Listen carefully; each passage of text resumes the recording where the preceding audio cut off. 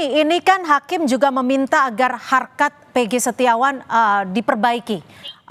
Apa yang akan dilakukan oleh tim kuasa hukum untuk memastikan, karena sudah ada yang dirugikan tidak hanya soal nama baik tapi juga secara psikologis dan juga waktu di mana Peggy Setiawan harus mendekam? Ya, tadi perintahnya itu menyatakan agar memulihkan ya harkat martabat ya Peggy Setiawan ya.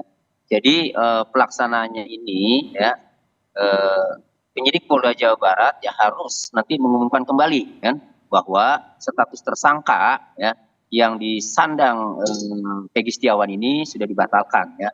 Jadi harus fair, dahulu Polda Jawa Barat mengumumkan bahwa Peggy ini tersangka. Nah, setelah ada putusan pengadilan ini, pra peradilan ini, maka penyidik Polda Jawa Barat juga untuk memulihkan nama baiknya itu harus mengumumkan kembali ya sesuai dengan keadaan semula bagi Peggy Setiawan. Nah, yang menarik adalah dalam putusan amar putusan tadi tidak ada menyebut ganti kerugian. Itu. Nah, sehingga langkah hukum kami selanjutnya kami akan mempertimbangkan, akan membicarakan dengan tim hukum perlu tidaknya untuk mengajukan gugatan ganti kerugian. Ya, akan nanti. Ganti kerugian ini dalam bentuk apa? Nominalkah atau ada hal lain?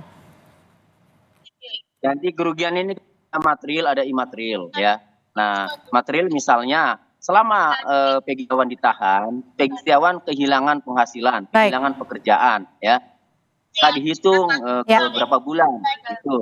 Material ya, yang tidak terkerja karena Peggy Setiawan ya merasa dulu ya disudutkan dalam arti seolah-olah membunuh apa segala macam, itu nanti ada email. Semua ini akan kami bicarakan dengan tim hukum penasihat hukum Peggy Setiawan.